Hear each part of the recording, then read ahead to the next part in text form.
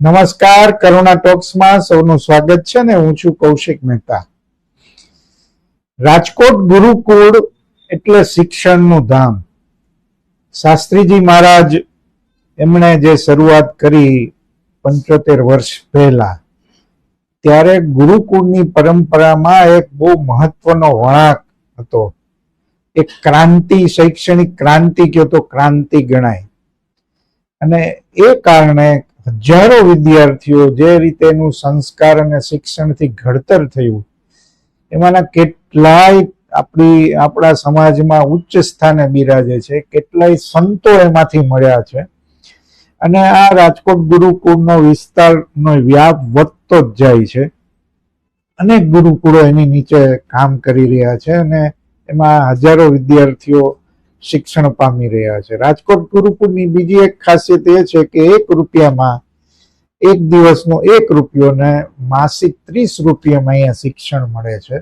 આ પણ બહુ મોટી શિક્ષણની, આજે જે શિક્ષણમાં ઊંચી ફીની સમસ્યાઓ છે એના કારણે સારા શિક્ષણથી અમુક પરિવારો વંચિત રહે છે, ત્યાં પણ રાજકોટ ગુરુકુળની બહુ મોટી ભૂમિકા છે. અને આટલા વર્ષોથી આ શિક્ષણની પરંપરા સતત ચાલતી આવે છે અને વિસ્તરતી જાય છે. એટલે શિક્ષણમાં એક મહત્વનો માઇલસ્ટોન છે રાજકોટ ગુરુકુળ. 5 સપ્ટેમ્બર શિક્ષક દિવસ, સર્વપલ્લી રાધાકૃષ્ણનના જન્મદિવસની યાદમાં એમને કેટલાક મુદ્દાઓ આપ્યા હતા કે આ રીતે ઉજવાય શિક્ષક દિવસ તો હું બહુ રાજી થઈશ. અને આજે આપણે એનું જ એક્સટેન્શન એક ગણાય એવા રાજકોટ ગુરુકુળ કે જે શિક્ષણની બહુ સુંદર વ્યવસ્થા સાથે કામ કરે છે, એના વિશે વાત કરી છે. ને એના શિક્ષકો છે જે ગુરુકુળના, આટલી બધી શાખાઓ છે એની, એ શિક્ષકોને ટ્રેનિંગ આપવાનું કામ, તાલીમ આપવાનું કામ જે કરે છે એવા સ્વામી અચલ જીવનદાસજી આપણી સાથે આજે જોડાયા છે. સુરત ગુરુકુળમાં હતા અને હવે પોઈચા સ્થિત આપણું બહુ મોટું ધામ ત્યાં બન્યું છે, ત્યાં બધી વ્યવસ્થાઓ સંભાળે છે. પણ એમની મુખ્ય જવાબદારી બધી શાખાઓમાં શિક્ષકોને તાલીમ આપવાની છે. આજે શિક્ષક કેવો હોવો જોઈએ એવો પ્રશ્ન બહુ પૂછાઈ રહ્યો છે. એનું કારણ એ છે કે આપણે શિક્ષણનું જે સ્તર હતું એમાં ઘણે નીચે આવી ગયા છીએ. શિક્ષક દિનની ઉજવણી થાય છે, વિદ્યાર્થીઓને શિક્ષક એ દિવસે બનાવી અને શિક્ષક દિવસની ઉજવણી થઈ જાય છે. પણ શિક્ષક તરીકે કેવો હોવો જોઈએ આ બહુ મહત્વનો સવાલ છે. અને સવાલનો જવાબ મેળવવો હોય તો રાજકોટ ગુરુકુળ ને એની શાખાઓ પાસે જવું પડે. સ્વામીજી, આપનું ખૂબ ખૂબ સ્વાગત છે કરુણા ટોક્સમાં. શાસ્ત્રીજી મહારાજે જે રીતે પાયો નાખ્યો આ શિક્ષણમાં, કારણ કે ત્યાં સુધી કોઈ સ્વામિનારાયણ ગુરુકુળને શિક્ષણ સાથેનો કોઈ સંબંધ નહોતો, ને એમણે એક નવી શરૂઆત કરી કે સમાજને જો તમે શિક્ષિત કરશો તો એનો વિકાસ બહુ સારી રીતે થઈ શકે. આ પરંપરા 75 વર્ષથી આવી છે અને ગુરુકુળ પરંપરા આમે ભારતીય સંસ્કૃતિનો ભાગ છે. અને આજે ગુરુકુળ પરંપરાને આખા વિશ્વમાં એને એક મહત્વના મુકામ તરીકે ગણવામાં આવે છે. સ્વામીજી, તમે ઘણા વર્ષોથી આ કાર્ય સાથે સંકળાયેલા છો. અન્ય શિક્ષણ જગત અને ગુરુકુળ પરંપરા, રાજકોટ ગુરુકુળની શાખાઓ, એનું શિક્ષણ, એ બંને વચ્ચે કેવો તફાવત છે? થોડી એના વિશે વાત કરો, પછી આપણે શિક્ષક વિશે પણ વાત કરીએ અને શિક્ષકત્વના વિશે પણ વાત કરીએ. જી. શિક્ષણ છે એ વર્તમાન સમયે આપણા બધાના જીવનની જરૂરિયાત બની ગઈ છે. બરાબર. પેલા એવું કહેવાતું કે રોટી, કપડા ઓર મકાન. બરાબર. કે આ 3 વસ્તુ છે જીવનની જરૂરિયાત. બરાબર. પણ એમાં હવે આપણે ઉમેરવું પડે કે શિક્ષણ પણ એટલું જ જરૂરી છે. બરાબર. ઘણી વખત એવું બને કે રોટી, કપડા, મકાન આ ત્રણેય હોય, શિક્ષણ ના હોય તો એ મળ્યું હોય પણ જતું. બરાબર, બહુ સાચી વાત. શિક્ષણ હોય તો પેલું ના હોય તો પણ મળે. બરાબર. એટલે શિક્ષણ તો અત્યારે સમાજની એક અવિભાજ્ય તત્વ તરીકેની ભૂમિકા નિભાવે છે. અને એમાંય ગુરુદેવ શાસ્ત્રીજી મહારાજે આ ગુરુકુલની સ્થાપના કરી, રાજકોટ ગુરુકુલ અને એની શાખાઓ, તો એનામાં અને જે બહારની સ્કૂલ છે, અન્ય શિક્ષણ છે, જી. એમાં શું ફર્ક છે જી એ તમારો પ્રશ્ન છે. ત્યારે બધાને જણાવવાનું કે ગુરુદેવ શાસ્ત્રીજી મહારાજ સાધુ પુરુષ હતા, એ મંદિરમાં સેવા કરતા હતા. તો એમણે જોયું કે મંદિરમાં અધ્યાત્મ મળે, સંસ્કાર મળે, બરાબર. અને સ્કૂલમાં શિક્ષણ મળે. વાહ, તો બંનેનું કોલોબરેશન થાય. ક્યા વાત. એટલે ગુરુકુલ છે એ મંદિર અને સ્કૂલ બંનેનું કોલોબરેશન છે, બહુ સાચી વાત. કે ત્યાં સંસ્કાર અને અધ્યાત્મ પણ મળે, જીવન મૂલ્યો પણ મળે, અને શિક્ષણ તો મળે જ. એટલે બાહ્ય શિક્ષણમાં અત્યારે જે શિક્ષણમાં એકદમ કોમ્પિટિશન ચાલી છે, સ્પર્ધા. એ બહારના શિક્ષણમાં અને ગુરુકુલના શિક્ષણમાં એટલો ફરક છે. શિક્ષણની આજે કેટલી બધી કોમ્પિટિશન છે. મારે એના વિશે એક વાત કરવી છે જી. કે એક વાલી છે, એ બહુ એકદમ હાઈફાઈ સ્કૂલમાં એના વિદ્યાર્થીનું એડમિશન કરાવી અને પછી પ્રિન્સિપાલ સાહેબને મળવા ગયા. બરાબર. અને પછી પ્રિન્સિપાલ સાહેબને પૂછ્યું કે ભાઈ આ યુનિફોર્મ તો કે અહીંયાથી મળશે, પુસ્તકો અહીંયાથી મળશે, સ્કૂલ બેગ અહીંયાથી મળશે, બધું અહીંયાથી મળશે. બરાબર. વાલીએ પૂછ્યું શિક્ષણ, તો કે એ ક્લાસીસ અને ટ્યુશન માંથી મળશે.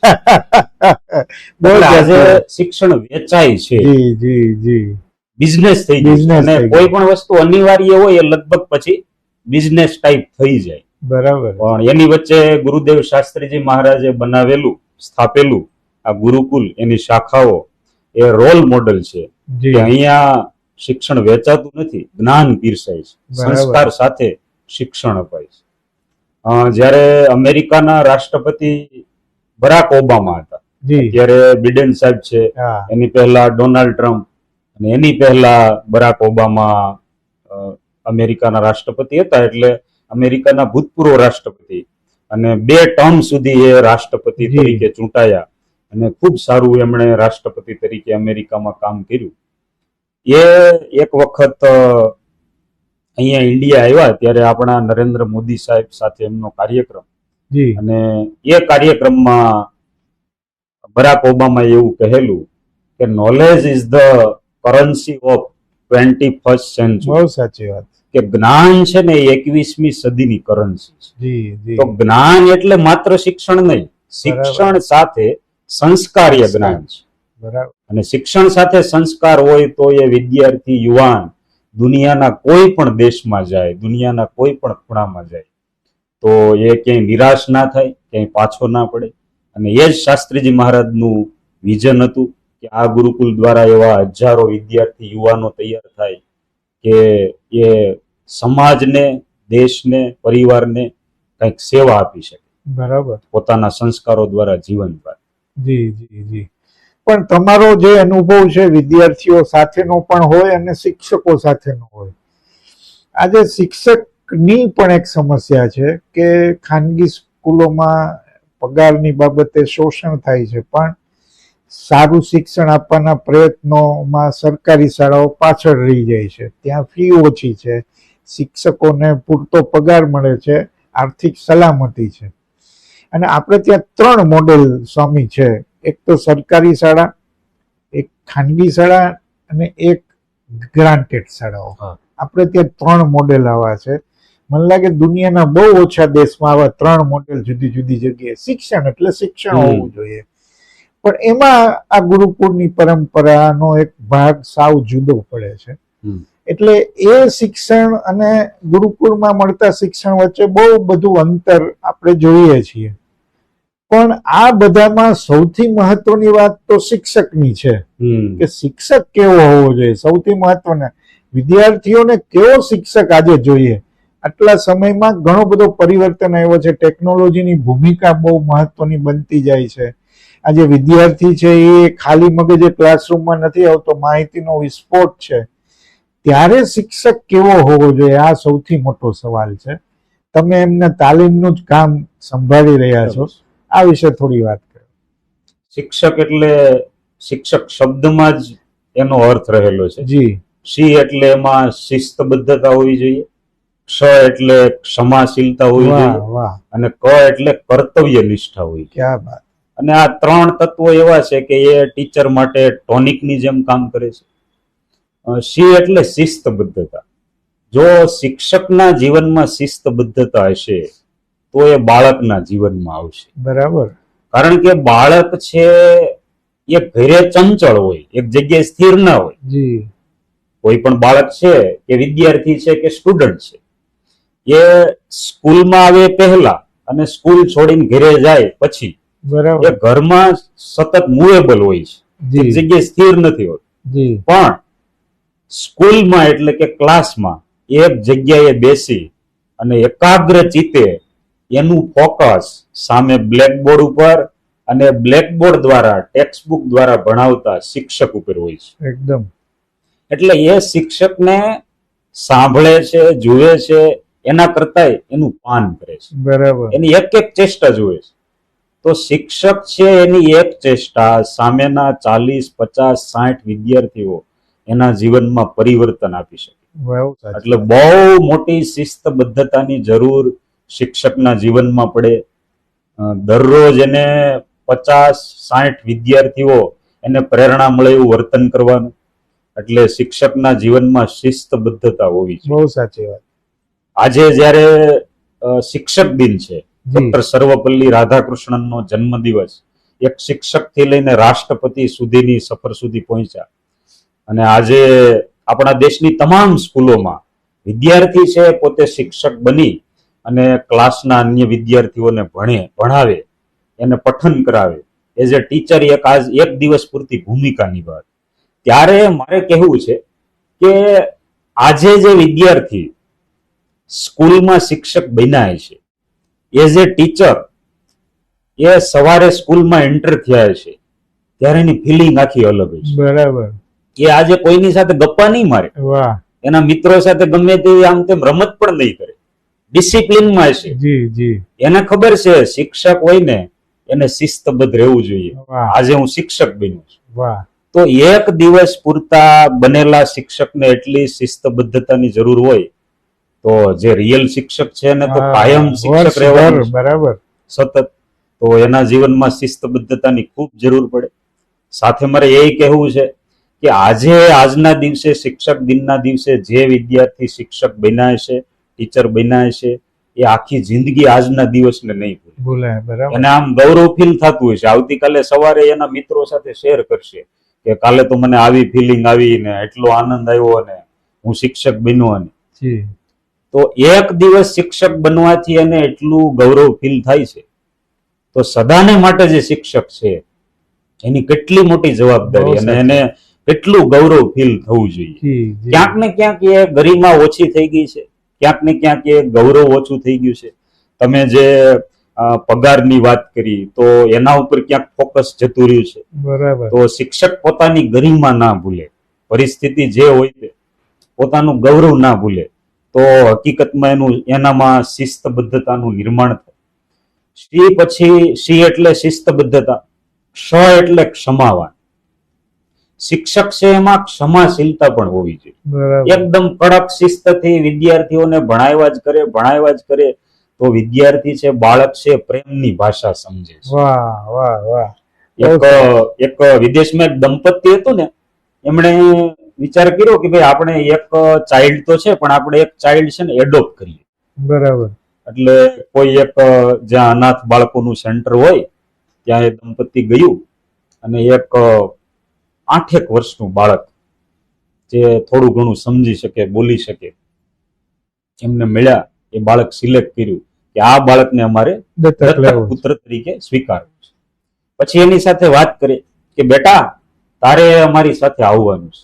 એટલે પેલા બાળકે પૂછ્યું કે હું તમારી સાથે આવું પણ તમે મને શું આપશો? અરે અમે તને સારામાં સારું શિક્ષણ આપશું, સારામાં સારી સ્કૂલમાં ભણાવશું. એ તો બરાબર, બીજું શું આપશો? અમે તને સારા કપડા આપશું પહેરવા માટે. એ તો બરાબર, બીજું શું આપશો? અરે તને ખાવા માટે સારામાં સારી વાનગીઓ આપશું. એ તો ઠીક છે પણ બીજું શું આપશો? તને રમવા માટે રમકડા આપશું. ત્યારે છેલ્લે બાળક બોલ્યું કે તમે મને પ્રેમ આપશો. વાહ મારે પ્રેમની જરૂર છે, બાકી બધું તો મળી જ રહી છે. વાહ વાહ. એટલે બાળક છે, વિદ્યાર્થી છે, એ પ્રેમની ભાષા સમજે છે. કોઈએ બહુ સરસ કહ્યું છે કે child is the signature of God. વાહ ધારો કે કોઈ વ્યક્તિ મૃત્યુ પામવાની હોય, પછી એનું વસિયતનામું બનાવે, સાઇન કરીને જતા રહે. બરાબર. એ હવે નથી, પણ એની સાઇનના આધારે નિર્ણય લેવાય કે આજે એની પ્રોપર્ટી છે, એ કોને આપવી, કોને ના આપવી, એનું એનો નામ એ મતલબ નક્કી થાય. એનો મતલબ કે સાઇન છે એની પ્રતિકૃતિ છે. જી જી. એવી જ રીતે બાળક છે એ ભગવાનની પ્રતિકૃતિ છે. વાહ. શિક્ષક માટે બહુ ગૌરવની વાત છે કે ભગવાન જેવા નિર્દોષ 40, 50, 60 બાળકો એની વચ્ચે દરરોજ જવાનું, એની સાથે સંવાદ સાધવાનો, સંબંધ કરવાનો અને એક એને જ્ઞાન આપવું. એટલે જેવી રીતે શિસ્તબદ્ધતાની જરૂર છે, એવી જ રીતે ક્ષમાશીલતા. ક્યારેક વિદ્યાર્થીની ભૂલ થઈ તો પ્રેમથી સમજાવવું એક ક્ષમા છે. ક્યારેક જતું કરવું, લેટ ગો કરવું. શિક્ષક ક્યારેક વિદ્યાર્થીની ભૂલ લેટ ગો કરશે તો એ વિદ્યાર્થી ક્યારેય એ શિક્ષકને પોતાના જીવનમાંથી લેટ ગો નહીં કરે. વાહ વાહ. એ યાદ રાખશે બરાબર. કે મારી આવડી મોટી ભૂલ હતી. કારણ કે એ વિદ્યાર્થી માટે નાની નાની ભૂલે મોટી હોય. સાચી વાત. જેટલું બાળક નાનું હોય, વિદ્યાર્થી નાનો હોય, એટલી નાની ભૂલ એના માટે મોટી હોય. તો નાની ભૂલે શિક્ષકે માફ કરીએ છે તો એ વિદ્યાર્થીને, બાળકને આજીવન યાદ રહેશે કે મારા શિક્ષકે મને એટલો પ્રેમ આપીને, ક્ષમા આપીને, કરુણા આપીને અને મને એક મેસેજ આપ્યો, એટલે આખી જિંદગી એ શિક્ષકને યાદ રાખશે. બરાબર. એટલે ક્ષમાશીલતા, પ્રેમ, કરુણા, આનું પણ એટલું જ શિક્ષકના જીવનમાં મહત્વ છે. એટલે શી એટલે શિસ્તબદ્ધતા, ક્ષ એટલે ક્ષમાશીલતા અને ક એટલે કર્તવ્ય નિષ્ઠા. વાહ. કેટલું મોટું કર્તવ્ય, જવાબદારી શિક્ષક પાસે છે.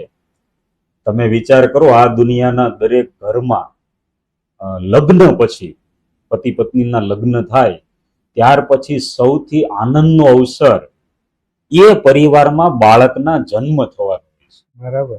ગુડ ન્યૂઝ મળે એટલે દાદા દાદી, ભાઈ બહેન, સાસુ સસરા, પરિવાર, જેટલા મિત્રો, બધાને ખબર પડે, બધાની આંખમાં ખુશીના આંસુ આવી જાય. બરાબર. કે એક બાળક અમારા ઘરે આવવાનું છે.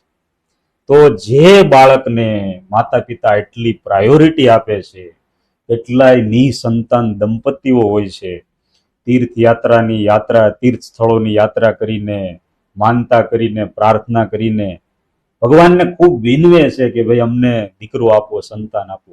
અને વર્ષો પછી ક્યાંક ભગવાનની કૃપાથી, શ્રદ્ધાથી દીકરાનો જન્મ થાય અને એ દીકરાને 4 કે 5 વર્ષની ઉંમરે શિક્ષકોના હાથમાં સોંપી. બહુ સાચી વાત. શા માટે? તો કે માતા પિતા એવું માને છે, બહુ દ્રઢતાપૂર્વક માતા પિતા એવું માને છે કે અમે પણ જે આ બાળકને, સંતાનને નહીં આપી શકીએ એ શિક્ષક આપી શકશે. એટલે શિક્ષકનું બહુ મોટું કર્તવ્ય છે, બરાબર. એની બહુ મોટી જવાબદારી છે. આ દુનિયામાં કોઈ મોટા રમતવીર હોય, એ જયારે નિવૃત્ત થાય ને ત્યારે એના ચાહકો છે રડતા હોય અથવા તાળીઓ પાડતા હોય. પણ એક શિક્ષક જયારે નિવૃત્ત થાય ને ત્યારે એણે નિર્મિત કરેલા, જેના જીવનમાં એણે યોગદાન આપ્યું છે, જેનું ઘડતર કર્યું છે, એવા અનેક લોકો એ હકીકત એનાથી જ નિર્મિત થયા છે. એની આંખમાં આંસુ હોય છે કે આજે અમારા શિક્ષક નિવૃત્ત. બરાબર. એટલે બહુ મોટું શિક્ષકનું કર્તવ્ય છે, ખૂબ મોટી જવાબદારી છે. તો શિક્ષક આવો હોવો જોઈએ. એમાં સી એટલે શિસ્તબદ્ધતા હોવી જોઈએ, ક્ષ એટલે ક્ષમાશીલતા હોવી જોઈએ અને ક એટલે કર્તવ્ય નિષ્ઠા હોવી જોઈએ, એની જવાબદારી. આ 3 તત્વો શિક્ષકના જીવનમાં હોય તો મને લાગે છે કે એ પૂર્ણ શિક્ષક છે. અને આજે ક્યાંક ક્યાંક એની ખોટ છે, એને લઈને જ, એ ખોટને લઈને જ શિક્ષકમાં કે શિક્ષણમાં દૂષણો આવી ગયા છે. બહુ સાચી. અને જેનું ફળ આપણે સમાજમાં જોઈએ. પણ બીજો એક બહુ મોટો પ્રશ્ન છે, માર્કશીટમાં માર્ક વધારે વધારે 80 આવતા હોય તો 90 આવતા હોય તો 99. આ જે આખી દોડ છે માર્કશીટની, તો માર્કશીટમાં આટલા ગુણ તો નીચા ચાલે જ નહીં. એના કારણે બાળક ઉપર જે શિક્ષણનો ભાર, ભણતરનો ભાર આપણે જેને કહીએ છીએ, એ વધતો જાય છે. એમાં એ દોડમાં શિક્ષક પણ સામેલ છે. શાળા સંચાલકો તો છે ને છે જ, જાહેરાતો કરે છે કે અમારા આટલા વિદ્યાર્થીઓ આમ આવ્યા તેમ આવ્યા. આ શિક્ષણમાં આ બહુ મોટો હું માનું છું કે એક હર્ડલ છે કે શિક્ષકની વિદ્યાર્થીની પ્રગતિમાં એ રોડા નાખે છે. ઘણીવાર એ નિરાશ થાય છે અને આપઘાત સુધીના આપણે પ્રસંગો જોતા હોય છે. આ જે સમસ્યા છે એને કઈ રીતે એડ્રેસ કરવી જોઈએ સ્વામી?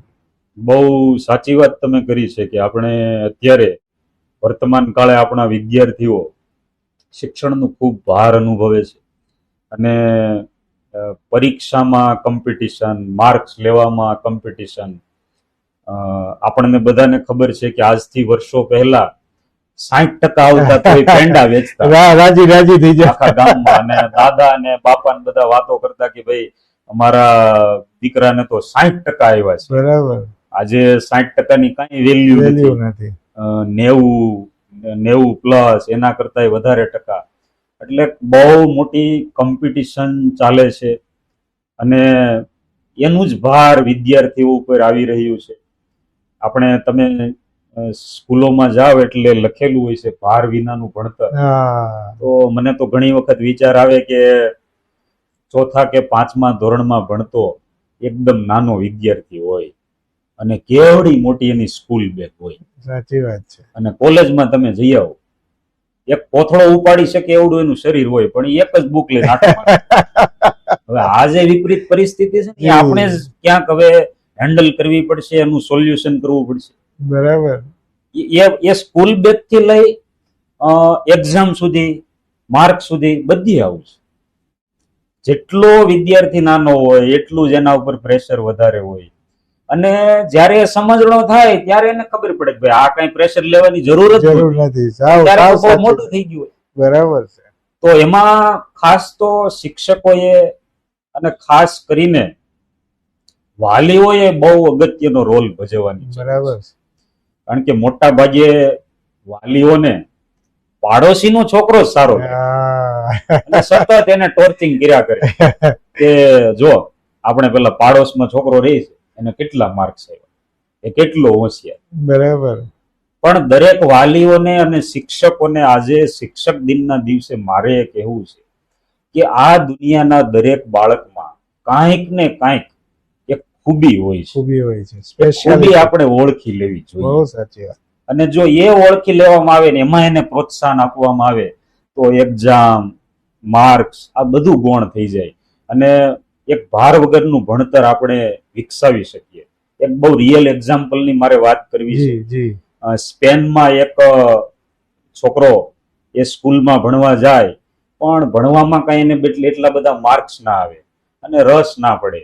એ બારીની બહાર આમ વૃક્ષો જોવે, ઉડતા પક્ષી જોવે, તરત એનું ચિત્ર દોરી નાખે.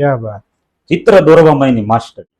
પણ હવે આપણે જાણીએ છીએ કે આજે ચિત્ર ને પેન્ટિંગ એ તો ઓબ્જેક્ટિવ સબ્જેક્ટ હોય છે, એક્સ્ટ્રા કરિક્યુલમ જે કહે છે, શિક્ષણ સિવાયની પ્રવૃત્તિ. એટલે પ્રશ્ન જે છે કે કળા છે ને, કળા એને આપણે ગૌણ કરી દીધી. માત્ર ગોખણ પટ્ટીને આપણે પ્રાયોરિટી આપી અને એ ક્યારેય મૂલ્યવાન શિક્ષણ ના બની શકે. તો આ વિદ્યાર્થી છે સતત એવા ચિત્રો બનાવ્યા કરે, સારા પેન્ટિંગ બનાવે અને ચિત્રો બનાવવામાં એની એટલી લગની કે ખાવા પીવાનું ભૂલી જાય, ઊંઘવાનું ભૂલી જાય. ઘણી વખત તો એવું બને કે એ ચિત્ર દોરતો હોય તો એના બીજા સાથી મિત્રો રમવા બોલાવવા આવે કે ચાલ આપણે રમવા જઈએ, તો એનું ધ્યાન પણ ના હોય. બરાબર. અને પછી બધા એના મિત્રો થાકીને જતા રહે કે ભાઈ આ ધૂની માણસ છે, નહીં આવે.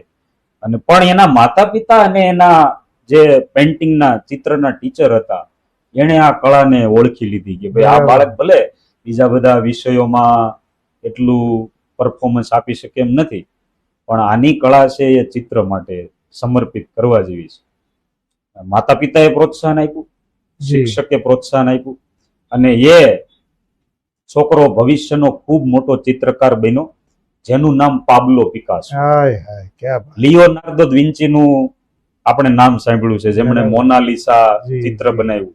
એ જ કક્ષાના પિકાસો ચિત્રકાર. એના પછી તો આખી એક ચિત્ર ક્ષેત્રે, પેન્ટિંગ ક્ષેત્રે એક આખી ક્રાંતિ આવી, જેમ બરાબર. આપણે હરિત ક્રાંતિ છે, એ જી બધું જી જી સામાજિક ક્રાંતિ કહેવાય, એમ એક કળાની ક્રાંતિ. જી. એનું કારણ એક વિદ્યાર્થીને એના શિક્ષકે, વાલીએ એની કળામાં પ્રોત્સાહન આપ્યું તો બહુ આ સરસ, શક્ય બન્યું. બહુ સરસ. એટલે દરેક શિક્ષક, દરેક વાલી પોતાના બાળકમાં રહેલી કળા એને પારખતા શીખે અને એને પ્રોત્સાહન આપે. અને આજે બહુ એક આમ સારી ઓપોર્ચ્યુનિટી છે. જી જી રમત ગમતમાં આગળ જવું હોય, કળામાં આગળ જવું હોય. સોશિયલ મીડિયા આવ્યું એટલે સોશિયલ મીડિયાના માઇનસ પોઈન્ટ પણ ઘણા છે. પ્લસ પોઈન્ટ એ છે કે આજે કોઈ બાળકમાં રહેલું ટેલેન્ટ, કળા, સ્કિલ એને આપણે તરત ગ્લોબલી હા, લોકલ પ્લેટફોર્મ ટુ પર ગ્લોબલ મૂકી. બરાબર. પહોંચાડી શકીએ છીએ. તો એકદમ. આનો ઉપયોગ કરવામાં આવે જી. તો દરેક શિક્ષક અને વાલીઓ જો આના ઉપર ધ્યાન આપે તો તમે જેમ કહ્યું કે જે ભણતર ઉપરનું ભાર છે, શિક્ષણ પરનું ભાર છે, એ આપણે ઉતારી અને ભાર વિનાનું ભણતર આપણે આપી સર્જિત શકીએ. કરી શકીએ. બહુ સાચી વાત.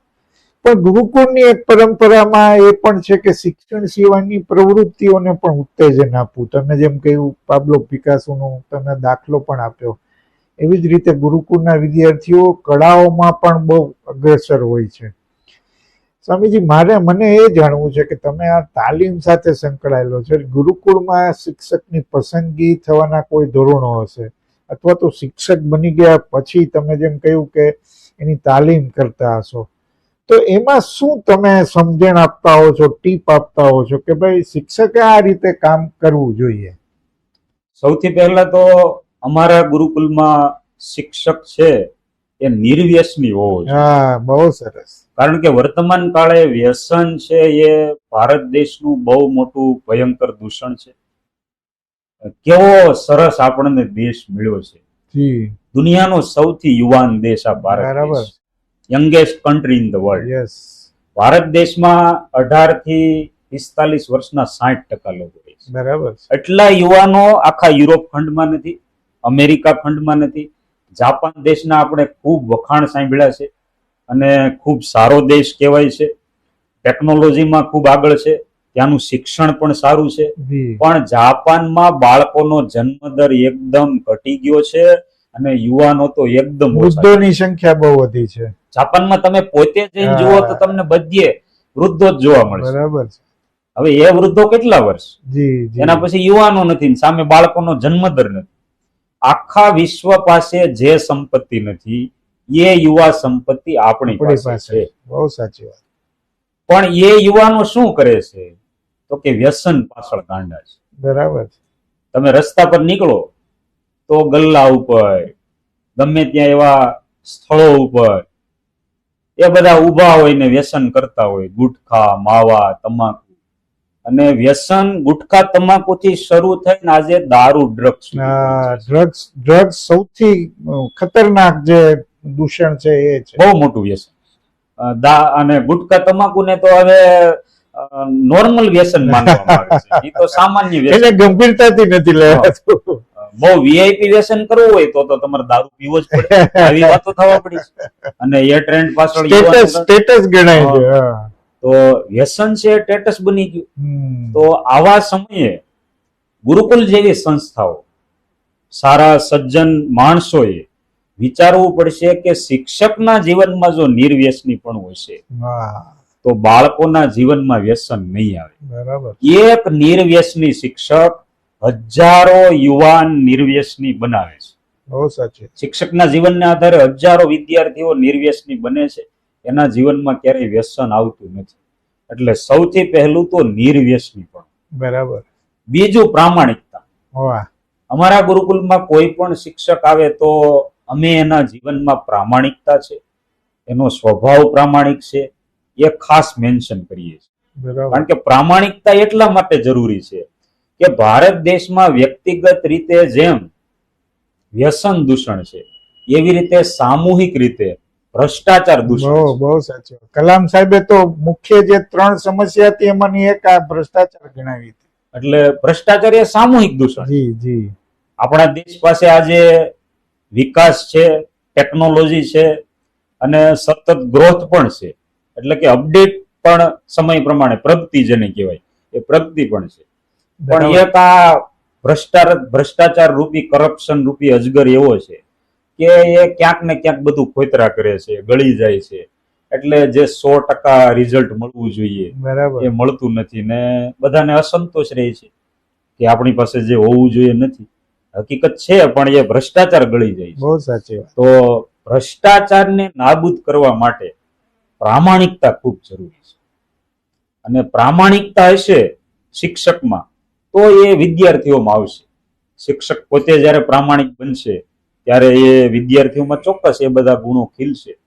અને આપણા બધા આદર્શ નેતાઓ, દુનિયાના દરેક મહાપુરુષોમાં ઓનેસ્ટી છે, પ્રામાણિકતા છે, એક કોમન ગુણ છે. બરાબર છે.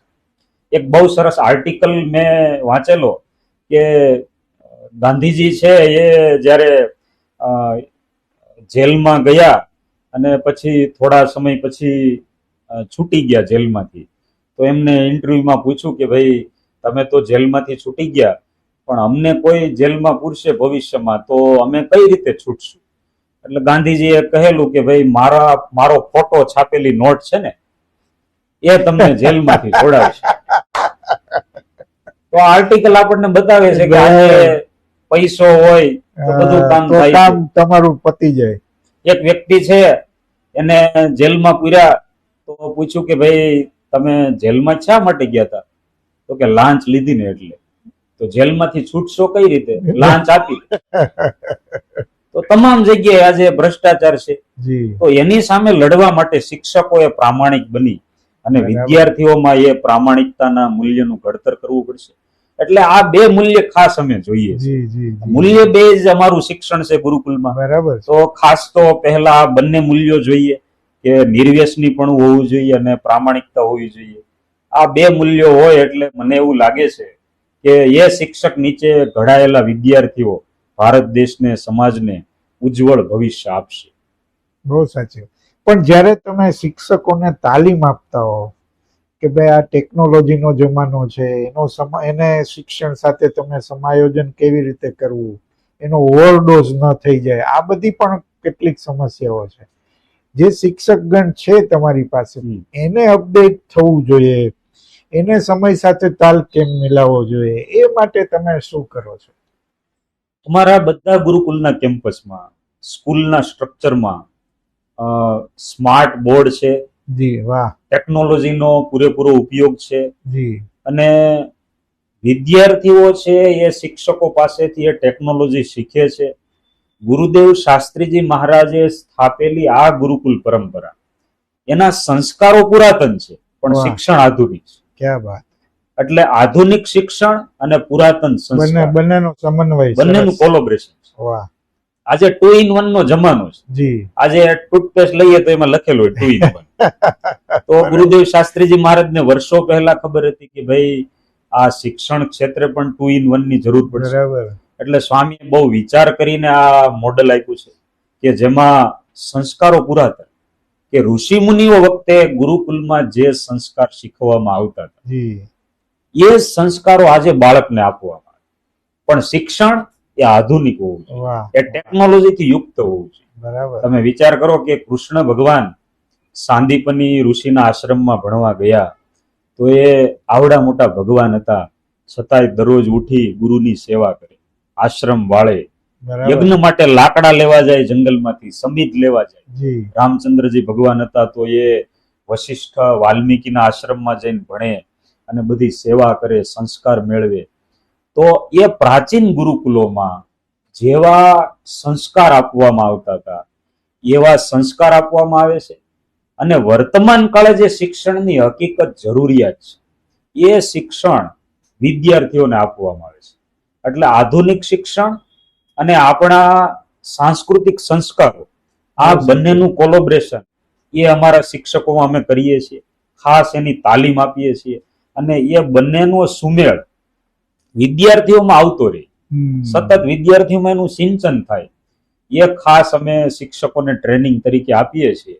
એટલે અમારા ગુરુકુલના ભણેલા વિદ્યાર્થીઓ દેશ વિદેશમાં જાય છે છતાંય સૌથી પહેલા તો હિન્દુ ધર્મની ગરિમા જાળવે છે. બહુ સાચી. એનું કારણ ગુરુકુલમાં એને શિક્ષકો દ્વારા, સંતો દ્વારા પુરાતન આપણા હિન્દુ ધર્મના સંસ્કાર મળ્યા છે. હિન્દુ ધર્મના સંસ્કાર તરીકે સૌથી મોટા બે પ્રતીક છે.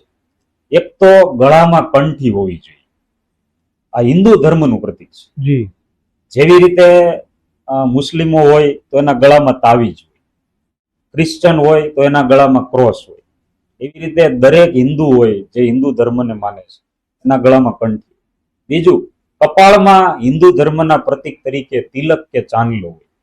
અને અમારા ગુરુકુલમાં ભણીને દેશ વિદેશમાં કરોડો રૂપિયાના બિઝનેસ કરનારા વિદ્યાર્થીઓ પણ ગળામાં કંઠી રાખે છે, કપાળમાં હિન્દુ ધર્મના પ્રતીક તરીકે તિલક કરે છે, ચાંદલો કરે છે.